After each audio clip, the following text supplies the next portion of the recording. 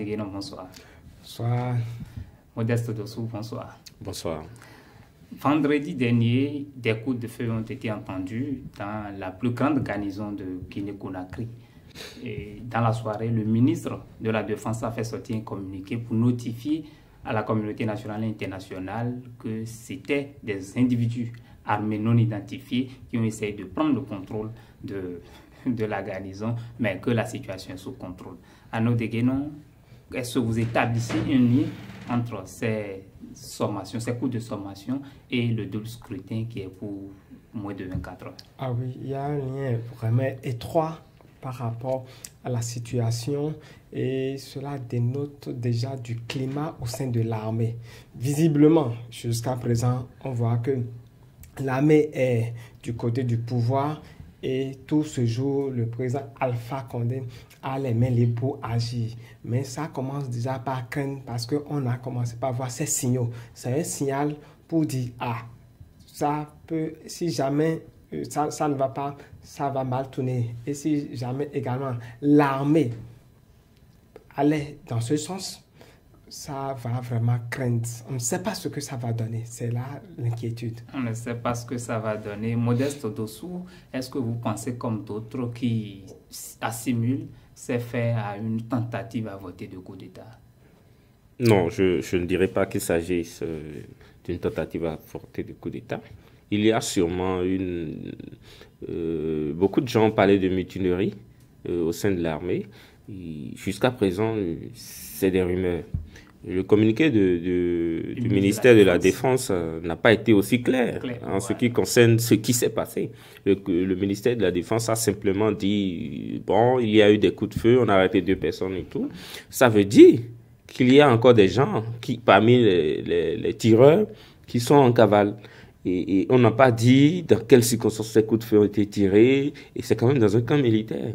Et il faut comprendre que c'est sûrement des militaires, vu que c'est des gens qui ont des armes dans un camp militaire, c'est sûrement des militaires. Il faut que l'État ou le ministère soit un peu plus clair pour informer la population. Sinon, garder le suspense comme ça, garder et ce calme, ça sera difficile pour la population. On sent qu'il y a une tension en cours. Et des coups de feu s'entendent dans une des garnisons du pays. La plus grande garnison. Voilà, donc c'est un peu trop facile de dire la situation est sous contrôle, on a arrêté 2 personnes. D'accord, de votre point de vue, est-ce que vous pensez aujourd'hui qu'il y a un lien forcément entre ces coups de sommation et le double scrutin qui est prévu pour demain dimanche? Non, je ne peux pas vraiment m'avancer sur ce terrain. On ne peut pas vraiment dire qu'il y a un lien forcément. C'est possible qu'il y ait un lien. C'est possible, mais la probabilité qu'il y ait un lien n'est pas très forte. Cependant, il faut quand même tenir compte de la situation du pays et de ce qui s'est passé. Beaucoup ont dit qu'il s'agit d'une mutinerie, mais on attend de voir. Modeste Dossou l'évoquait, Arnaud Deguenon, est-ce qu'aujourd'hui on peut dire qu'il y a vraiment des mécontents au sein de la majorité muette? Oui, il doit y avoir, c'est clair qu'il y a des mécontents. Lorsqu'on fait un peu un retour pour voir ce que les Guinéens avaient déjà vécu. Ils ont eu une trentaine d'années de dictature. Alpha Condé est venu comme le Messie pour sauver la Guinée. Et dans le temps, c'était l'opposant, l'exilé, le prisonnier. Voilà, il est revenu et tous les Guinéens ont mis leur espoir en lui. Il a fait 10 années au pouvoir pour réconcilier les Guinéens, pour remettre l'économie sur les rails. Et visiblement, il veut reprendre avec ce que les autres avaient fait lorsqu'il était opposant. Alors, quelle réaction vous voulez de la population? Quelle réaction vous voulez de l'armée? Mais est-ce que c'est un mauvais signe pour le vote de demain? Un très mauvais signe. Ce n'est pas le seul mauvais signe. D'ailleurs, il y avait beaucoup déjà de signaux. Et si déjà à la veille, il y a on ne peut pas parler de mutinerie pour le moment, mais s'il y a ces signes, cela craint énormément. Modeste Dossou, le double scrutin, autant pour moi, aura-t-il demain lieu? Ça aura lieu, il n'y a aucun doute en cela. L'État n'a pas dit, enfin, pour le moment, c'est encore le gouvernement en place. Et le gouvernement n'a pas dit il n'y aura pas lieu. Le gouvernement a précisé, signé. Il y aura scrutin demain. Oui, mais enfin, il y aura scrutin dimanche. La menace n'est pas seulement ce que nous entendons, il y a aussi la menace planétaire qu'est le coronavirus. Bien sûr. Si nous venons dans ce sens, on dira le gouvernement a maintenu le scrutin, donc ça veut dire que le scrutin aura lieu. C'est ce qui s'est passé en France. Il y a eu les élections législatives et après on s'est rendu compte carrément que l'autorité française a failli à sa mission. On aurait dû prendre les mesures avant de ces scrutins, ne même pas organiser cette élection. Avec tout ce qui se passe, et si nous venons maintenant à la menace planétaire, avec tout ce qui se passe, je crois que l'Afrique a eu tout le temps nécessaire. C'est bizarre que ce soit arrivé comme ça. On dira que les dieux de l'Afrique sont avec le continent. Parce que le truc est parti de l'Asie, l'Europe, l'Amérique. Et a pris tout son temps pour venir en Afrique. Et les Africains, les politiques africaines ont vu ce qui s'est passé. Et au lieu de prendre les dispositions pour ne pas tomber dans les mêmes erreurs, mais on sent que en Guinée, par exemple, on est en train de tomber dans les mêmes erreurs. Parce que maintenir ces élections, sachant quand même que les peuples africains ne sont pas très disciplinés, ils ne sont pas très sensibilisés par rapport à ça.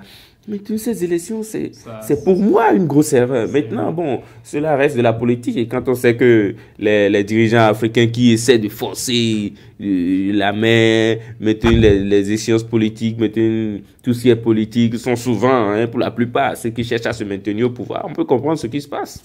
Quand je m'en tiens à la conclusion de Modeste Dossou, est-ce que c'est une manière pour Alpha Condé de tirer jusqu'au bout?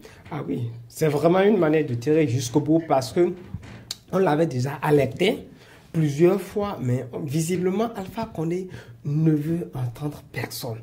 Il fonce droit dans le but. Et malgré la menace du coronavirus, il a maintenu les élections. Il fait partie de ce que les autres appellent les chefs d'État têtus. Voilà. Il veut continuer. Donc cela voudrait dire qu'on met en danger la vie de la population simplement parce qu'on a un objectif de demeurer au pouvoir.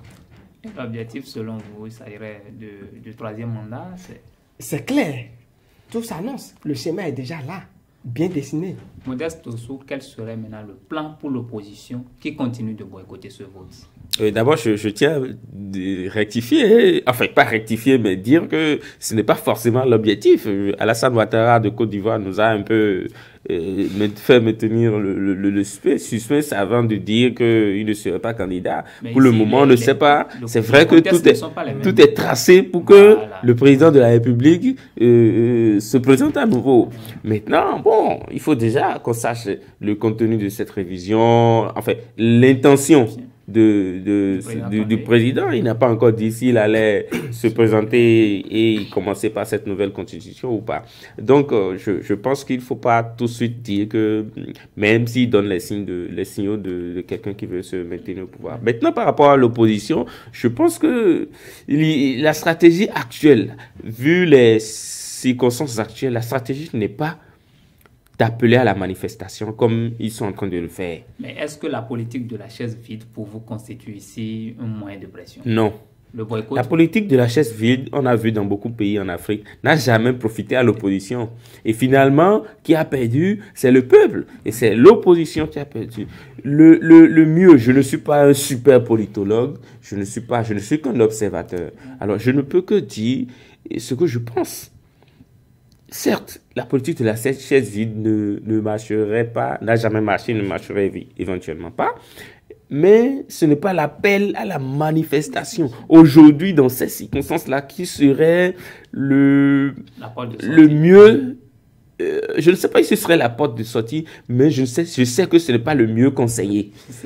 Par ces circonstances où il y a le coronavirus, où il faut que chacun se protège. Oui. Je pense pas que ce soit conseillé. Vincent Degueron, hier l'internet a été coupé, la population est dans le doute, on ne sait pas vraiment ce qui se passe. Mais est-ce que c'est pas là déjà des signaux qui montrent que le pouvoir ne veut pas reculer et qu'on doit vraiment aller aux unes demain? Oui, c'est clair que le pouvoir ne veut pas reculer. Et l'autre chose, comme l'a dit Modeste, l'opposition n'a pas les moyens pour faire face à Alpha Condé. On a coupé l'Internet et le coronavirus est en griffe en faveur du pouvoir. De quel moyen parlez-vous? Voilà, actuellement, avec sa politique de la chaise vide, ça ne va rien donner et on ne peut plus appeler la population à la rue à cause du coronavirus. Et lorsque on se réfère à ce qui s'est passé, la manifestation, voilà, il y a eu des victimes, il y a eu des morts. Est-ce qu'ils vont encore continuer? Je ne pense pas. Donc, tout se dessine pour que Alpha Condé aille droit dans le but. Tout se dessine pour que excusez-moi, mais oui. je pense aussi que une proposition qu'on pourrait faire à l'opposition, c'est qu'elle aille aux élections, qu'elle participe aux élections. Aujourd'hui, elle n'a plus les moyens de participer aux élections parce qu'elle n'est plus impliquée dans le processus. Ben voilà. C'était la solution qu'elle avait pour montrer qu'elle se soucie de la population. Oui, maintenant, c'est trop tard. Justement, dans ce sens, 4 chefs d'État de la CEDEAO avec quand même une mission en Guinée-Conakry devait être reçu par le président Condé. Mais à la dernière minute, la mission a été annulée pour des raisons qu'on connaît très bien, les menaces liées à la pandémie de coronavirus. Modeste Dossou, est-ce que cette mission ratée des chefs d'État ne donne pas inquiétude d'une manière ou d'une autre à Alpha Condé? Ah non, on ne peut pas tirer cette conclusion. Même si, les chefs d'État africains ont fabriqué cette intention à Alpha Condé, ils ont cautionné tout ça. Et on ne peut pas, ils ne sont pas exempts d'accusations ou d'accusations. Mais ceux qui y vont, le rappelle quand même, c'est le président ghanéen, le président nigérien, Alassane Ouattara et puis Mamadou Sifou. Quand on sait que ceux-là ne sont pas a priori impliqués dans des affaires de troisième mandat, je pense quand même que c'est bien fait le schéma. Oui, c'est un bon schéma, mais ceux-là étaient là quand la CEDEAO a demandé à Alpha Condé d'aller intercéder en faveur d'aller jouer les intermédiaires ou le médiateur dans la crise togolaise. Ça sent bien que c'est le même système, c'est le même schéma. Mais dans le temps, il faut relativiser, dans le temps, Alpha Condé n'avait pas quand même montré ces envies-là. Non, mais dans le temps, il y avait déjà manifestation en Guinée. Il y avait cette tension en Guinée. Chaque peuple est souverain. Les chefs d'État ne peuvent que conseiller, donner des orientations. Et ils le font. Lorsque je prends le président ghanéen, dans beaucoup de situations, il a eu à donner son avis. Mais on ne peut pas forcer le dirigeant en place à exécuter ça. Chaque peuple est souverain. Et de même, Alpha Condé, je l'ai dit tout à l'heure, on l'a aidé à venir au pouvoir. Lorsque Lansana Conté l'opprimait beaucoup, le feu président Jacques Chirac a œuvré. Teken Jack Fakoli, l'artiste, a même chanté pour lui. Donc, lorsqu'on voit ce contexte, normalement, on ne peut que lui dire, mon ami, fais comme si. Entre-temps, mais on t'avait aidé. Maintenant, mon inquiétude, ce qui me laisse un peu perplexe, même aux actions de l'opposition, même si on aidait l'opposition à venir au pouvoir, qu'est-ce que ça allait donner? Parce que Alpha Condé, c'était l'opposant d'hier. Qui est le boulot d'aujourd'hui? On ne connaît pas le programme de l'opposition. C'est juste pour dire, même si on donnait le pouvoir à l'opposition, est-ce que ça va changer quelque chose? Non, mais on ne peut pas donner le pouvoir à l'opposition. L'opposition doit gagner le pouvoir. Comme Alpha Condé a gagné ça en tout temps. Et on en est là aujourd'hui. Voilà, nous allons d'abord nous rendre à Abidjan. Nous allons nous rendre à Abidjan pour évoquer la démission du ministre des Affaires étrangères, Marcel Lamont-Talon, qui a quitté le gouvernement Amadou Coulibaly Gon, le deuxième gouvernement d'Amadou Coulibaly Gon. Après, il y a eu une nomination. On a constaté qu'il y a eu des intérimaires au ministère des Affaires étrangères comme au ministère de la Culture et de la Francophonie. Mais je commence par Modeste Dossou. Comment percevez-vous cette démission de Marcel Lamont-Talon du gouvernement de Gon Coulibaly? Non, enfin, on ne peut pas... Il n'y a qu'une seule explication possible actuellement face à cette démission. Il n'est pas d'accord par rapport au choix de Gon Coulibaly pour être le candidat du RHDP à la présidentielle. Et on sait bien qu'il est un bon ami du président de la République. Ils sont amis et au-delà de ça, il y a une certaine confiance, ou il y avait une certaine confiance entre les deux. Donc, je pense qu'il se sentait quand même, il était parmi les pressentis d'ailleurs pour être choisi, mais finalement, c'est Gon Coulibaly qui a été choisi et le président a entériné ce choix. Donc, je pense que comme lui et d'autres membres du RHDP qui voulaient être le candidat, ou quand même qui voulaient qu'on leur donne la chance de montrer de quoi ils sont capables, sont déçus. Donc, je pense que c'est la déception qui a fait qu'il a démissionné. Et aussi, il y a certains médias qui ont dit que les deux, avec Alassane Ouattara, ils ne se parlaient pratiquement plus depuis un mois. Donc, c'est la tension. Donc, à vous en croire, on pourrait éventuellement avoir d'autres démissions dans les prochaines heures, c'est ça? C'est possible, qui sait. Nous avons ici un certain nombre de personnalités qui étaient pressenties. Le ministre Mabry, le ministre Tano et bien sûr Gon Coulibaly. Beaucoup d'autres parlent même du ministre de la Défense, Bakayoko, et d'autres, bon, on ne sait pas. Qui a apporté son soutien à Gon Coulibaly. Voilà, donc on ne peut pas tout de suite dire qu'il y aurait d'autres démissions. C'est pas évident, mais ceux qui sont les mécontents et qu'on sait, c'est le démissionnaire, M. Tano, et bien sûr Mabry. Donc voilà. Vincent Deguenon, est-ce que cette démission du chef de la diplomatie ivoirienne ouvre la voie à une possible candidature de ce dernier? Je commence par la déclaration de Soro, c'est le château de Kat qui s'écroule. Un signe. Un signe. Alors, allez. Voilà. Un signe. C'est pour dire quoi? C'est de bonne guerre, premièrement. C'est de bonne guerre parce qu'ils ont œuvré auprès de Ouattara, ils ont travaillé, ils ont montré de quoi ils sont capables. Et maintenant, étant donné que Alassane Ouattara dit qu'il veut laisser place à la nouvelle génération, eux se disent, eux tous de la nouvelle génération, il va falloir prendre quelqu'un.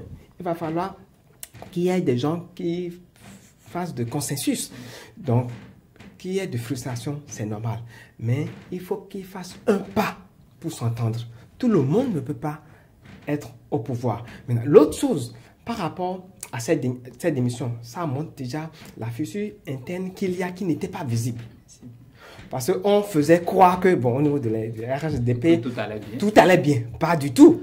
Tout à l'heure, vous évoquez un problème de consensus, mais est-ce qu'aujourd'hui on peut croire à un possible consensus autour du candidat du rassemblement des soufouettistes pour la démocratie et la paix, Modeste Dossou? Consensus, je pense que c'est trop tôt pour le dire. Cependant, on voit qu'une bonne majorité des cadres qu'on connaît, dont on a une idée, je crois, sont d'accord avec le choix de M. Gon. Et je pense que c'est juste pour plaire à Ouattara. Et ce n'est pas... Non, soyons sérieux. Ils ne sont pas tous dit, bon, ouais, Gon a du charisme, il est bon, il peut être géré. Ils ne sont pas dans cette optique-là. Je pense que c'est pour plaire au président de la République, pour pouvoir aussi, après, entre griffes, se trouver une place quelque part ou rester là où ils sont. Je voudrais aussi ajouter un truc par rapport à la nouvelle génération dont mon confrère a parlé. Au fait, il y a peut-être un amalgame que les gens font. Je pense que la nouvelle génération dont parle le président Ouattara, c'est de nouvelles têtes à la tête du pays. Et je pense que ce n'est pas en termes d'âge. Je crois que M. Billon du PDCI a précisé cela, de ne pas prendre cela de la nouvelle génération en termes d'âge. D'accord? Maintenant, est-ce que Gon Coulibaly est de la nouvelle génération? C'est des gens qui étaient en politique depuis, qu'on sait qu'ils sont en politique depuis. Est-ce qu'il s'agit de quel genre de nouvelle génération? Si on enlève l'âge, alors c'est quoi la nouvelle génération de dirigeants? Oui, je pense que pour répondre à Modeste, le schéma classique qu'on a eu, c'est Bédi, Gueye, Gbagbo, Ouattara. Tout tournait autour de cette tête de pont. Et lorsqu'on voit Coulibaly, il a été pendant près de 7 ans avec Laurent Gbagbo, ministre de l'Agriculture. Avant, il était député. Ouais, et maintenant, il est revenu avec Ouattara. Donc, en termes clairs, est-ce que Gon est de la nouvelle génération? Point d'interrogation. Et il a fait avec les autres qui étaient là. C'est ce que je disais. Voilà. Et maintenant, l'autre chose, n'oublions pas, j'ai vu qu'il a un parcours. Oui, c'est un technocrate. Voilà, il a un parcours et je le vois à même de tenir. Les quelques griefs que j'ai, c'est qu'on le voit un peu trop docile. Modeste Dossou évoquait un problème de charisme. Est-ce que Gon Coulibaly est le candidat qu'il faut aujourd'hui au sein des cadres du RHDP, selon vous? Pour moi, oui. Il faut que Ouattara ait confiance à quelqu'un. Et lorsque Ouattara dit qu'il va laisser le pouvoir, mais permettez-lui d'être sûr que le chemin qu'il a tracé, puisse être suivi. Donc, visiblement, on va évoluer dans le débat. Gon est la meilleure. En réalité, il ne laisse pas le pouvoir. Nous allons évoluer dans le les débat. ficelles. Oui, voilà. Quand on voit, le président Ouattara a dirigé un comité politique le jeudi, et c'est dans la même journée du jeudi que Gon Coulibaly a été choisi. Même si entre-temps, on avait des soupçons, on savait qu'il était pressenti et tout, est-ce que le mode de désignation Modeste Dossou ne pose pas problème? Est-ce qu'un parti sérieux comme le RHDP peut désigner un candidat à la présidentielle en moins de 24 heures? Bon, ça c'est un fonctionnement interne du parti. Je ne pense pas qu'on ait de jugement à apporter. Cependant, je pense qu'on peut apporter quelques améliorations en matière de désignation de candidats, parce qu'en réalité, le RHDP, c'est un rassemblement. C'est une coalition de plusieurs partis politiques. Et c'est parce que Bédié se présentait candidat ou voulait que le candidat du PDCI soit le candidat que tout le monde présente. Voilà que cette scission a eu lieu entre Ouattara et Bédié.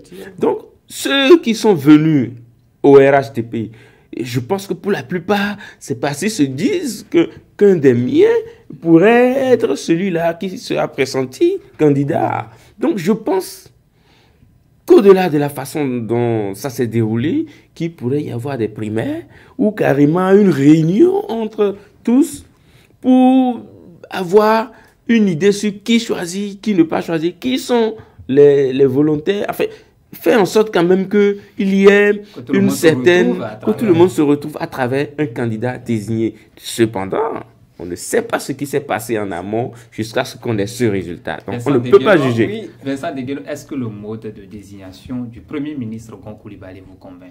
Je pense que si on va parler du mode de désignation, il faut parler du fonctionnement du parti.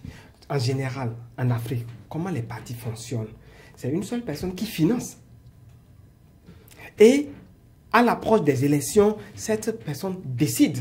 Et ça a toujours été le cas dans les partis. On ne peut pas regarder le schéma occidental où il y a de primaires.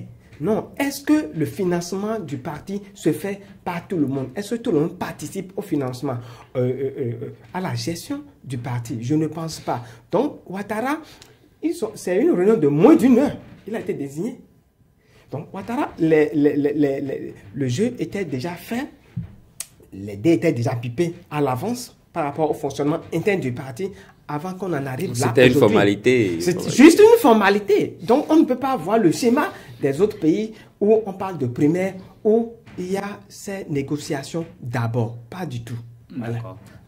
Si, on s'en tient à ces explications. À la lueur où vont les choses, est-ce que on a eu quand même des voix discordantes qu'ils ont soulevées au sein du parti pour critiquer ou bien pour quand même annoncer les couleurs, qu'eux aussi sont sur le terrain et tout. Modeste Dossou, est-ce qu'on s'attend à une nouvelle, on peut s'attendre probablement à une nouvelle candidature au sein du RHDP? Au sein du RHDP, je ne sais pas. Parce qu'au sein du RHDP, il n'y a qu'un seul Dieu. Il n'y a qu'une seule idéologie, c'est l'idéologie Alassane Ouattara. Alors, je ne sais pas si au sein du RHDP, il y aurait une autre candidature. Si c'était possible, M. Soro, M. Bédié, tous ceux-là seraient dans le RHDP. Ces derniers jours, on a vu le ministre Albert Mabry très présent sur le terrain et qui s'est d'ailleurs offusqué contre le mode de désignation. Est-ce que c'est pas... Oui, ce que je suis en train d'expliquer, c'est pour dire que à la longue, à la louve les choses, si quelqu'un veut se déclarer encore candidat, ce ne serait pas quelqu'un qui se dirait je fais partie du RHDP. Ça veut dire qu'il y aurait peut-être d'éventuelles démissions du parti. Quelqu'un pourrait vouloir être candidat, M. Mabry, M. Tano ou d'autres, et quitter le parti politique pour pouvoir se présenter. Parlant de démission, est-ce que Amon Tano a montré la voie sur Mabry? Oui, pourquoi pas? Parce que quand on n'est pas d'accord, on quitte. On quitte. Quand on n'est pas d'accord, on quitte. Il y a Mabry qui murmurait, mais qui n'a pas agi. Voilà, donc, et de l'autre côté, on voit visiblement que dans les jours à venir, un autre schéma va se dessiner. Il y aura des scissions au niveau du RHDP, il y aura des coalitions maintenant avec soit voilà, avec soit le camp de Bédié ou avec le camp de Soro. Oui, déjà que le PDC a déjà appelé, un cadre du PDC a appelé M. Mabry à rejoindre les rangs. Donc, voilà. D'accord, parlant de ça, qu'est-ce que cela change au sein de l'opposition qui entend conquérir le pouvoir d'État à partir de 2020, Modeste Dossou? D'accord, je pense que déjà la décision de Ouattara de ne pas se présenter à la présidentielle constitue quand même un gros problème pour l'opposition. Si on considère que dès que M. Ouattara quitte, le peuple ne vous dira, bon, d'accord, Ouattara a décidé de ne pas se présenter, donc M. Gbagbo et M. Gbagbo, si éventuellement il finit avec ses déboires judiciaires, et M. Bédié pourrait ne pas aussi se présenter parce qu'en réalité, ouais, c'est la même génération, il faut d'autres personnes. Maintenant, pour M. Soro, bon, c'est un peu plus compliqué, il fait que lui aussi, il a des problèmes judiciaires. Je pense que l'opposition aura un véritable problème à choisir autre personnalité que ceux qu'on connaissait déjà. Cependant, il y a d'autres personnalités qui sont bien parties pour être président de la République, pour être candidat de l'opposition. Je pense à M. Afin Guessan, de l'autre camp du FPI. Je pense à M. Billon, du PDCI. Les gens évoquent aussi le nom de l'ancien chef du Crédit Suisse, Thiam. Voilà, M. Thiam. Donc, je pense évidemment que l'opposition a beaucoup de cartes en main pour pouvoir vraiment inquiéter Second Coulibaly.